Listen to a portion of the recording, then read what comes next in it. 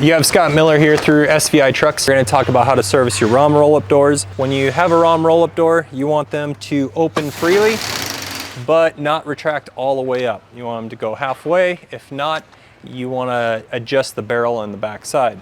Now, to clean your ROM roll-up doors, these are anodized aluminum doors, so if you get any salt or grime on them, you want to get that salt off of there, otherwise the anodization will start pitting on you. When you get into servicing and cleaning these, you'll have little rubber gaskets in between each door. If you use a pressure washer, those rubber gaskets can actually get blown out, so you want to make sure to hand wash all of these rubber seals. A few things to keep in mind is if you wash them with a soap, you want to use a mild soap with a pH level between 6 and 9.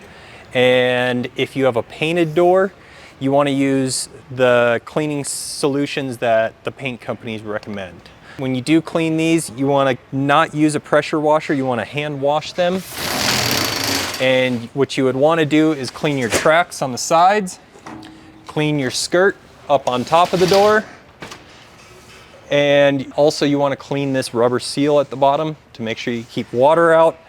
What's important is you have plastic shoes on the ends of these doors that rub in these tracks. So if you do have dirt and grime, it can wear those shoes out faster than later. When you re-lube these tracks, you want to use a non-petroleum based product, such as a dry silicone for those sides. On the ROM roll-up doors, if you go to add graphics on them, you want to use a 50-50 mix of rubbing alcohol to water and clean the doors thoroughly, and that way the graphics can build adhesive onto the door.